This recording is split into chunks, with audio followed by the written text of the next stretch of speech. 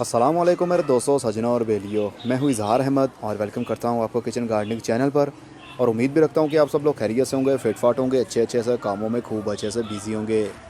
आज मैं बात करने वाला हूँ मनी प्लांट पर। बहुत से लोगों की शिकायत है कि मनी प्लांट के पत्तों की ग्रोथ नहीं हो रही है, पत्ते उनके पीले हो रहे हैं, पत्ते झड़ते जा रहे हैं, सिर्फ टहनियाँ ही बाकी बच रही हैं।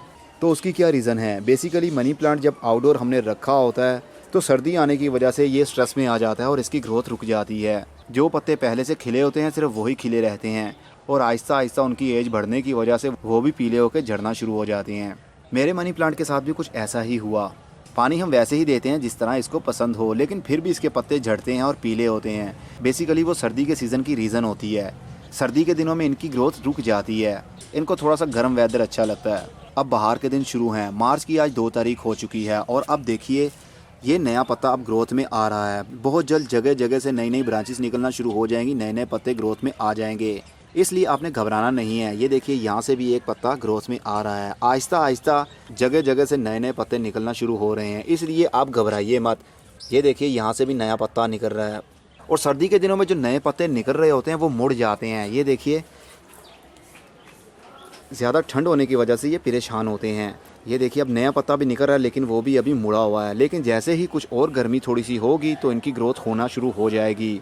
और चिड़ियाँ भी इनके ऊपर खूब अच्छे से हमला कर देती हैं बाहर के दिनों में, क्योंकि बाहर के दिनों में चिड़ियों के घोंसले बनाने के दिन होते हैं, अंडे देने के दिन होते हैं, अपना घर बनाने के लिए तिनके जमा करती हैं और खाना जमा करती हैं।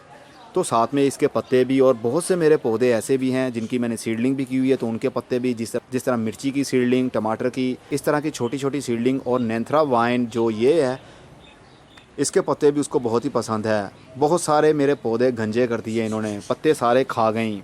लेकिन कोई बात नहीं, किसी को खुशी मिलती है तो हमें और क्या चाहिए। तो इस वीडियो में सिर्फ यही बताना था आपको, इसके ऊपर कोई भी खाद यूज़ करने की ज़रूरत नहीं है।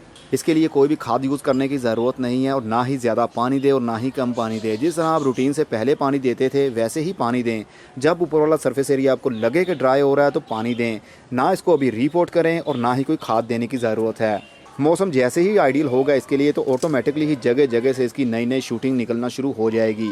और बहुत ज़्यादा गर्मी के दिनों में इसकी केयर करनी पड़ेगी आपको, क्योंकि जून जुलाई के महीने में जब गर्मी बढ़ती है, सूरज की धूप में काफ़ी हीट होती है, तो हीट की वजह से इसके पत्ते बर्न होना शुरू हो जाते हैं, मतलब जलना शुरू हो जाएंगे।